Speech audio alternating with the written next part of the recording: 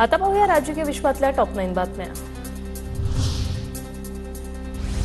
सिन्नर दौऱ्यात अजित पवारांच्या हटके स्टाईलची चर्चा। आधी टपरीवरचा चहा, बाईक राईड आणि हाती धनुष्यबाण घेतल्यानंतर अजितदादांचा सिन्नर दौरा चर्चेत। पुण्याच्या सभेत मोदींनी शरद पवारांवर बोलू नये अशी विनंती केली, मात्र त्याच सभेत मोदींनी पवारांचा भटकती आत्मा असा उल्लेख केल्यामुळे फटका। पदाधिकाऱ्यांच्या बैठकीत अजित पवारांचं वक्तव्य। राजकीय परिस्थिती पाहून शिंदे अजित पवारांना सोबत घेतलं, मात्र अजित पवारांना सोबत घेतल्यानं अपेक्षित फायदा नाही, तो निव्वळ प्रयोग। संघाच्या बैठकीतून फडणवीसांकडून भूमिका स्पष्ट। राजकीय परिस्थिती पाहून शिंदे अजित पवारांना सोबत घेतलं, संघाच्या बैठकीत फडणवीसांकडून स्पष्ट। भ्रष्टाचाराचे आरोप असणारे गुप्ता बंधू उद्धव ठाकरेंना दिल्ली दौऱ्यामध्ये भेटले।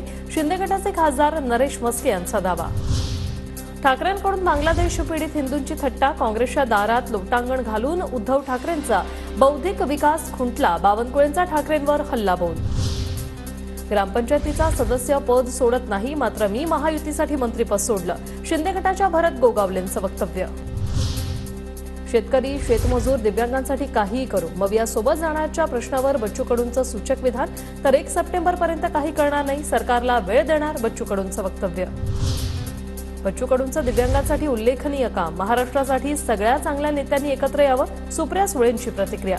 बच्चू कडूंची भूमिका कधीही ठाम नसते, ते येऊन काही उपयोग नाही, अरविंद सावंतांची प्रतिक्रिया।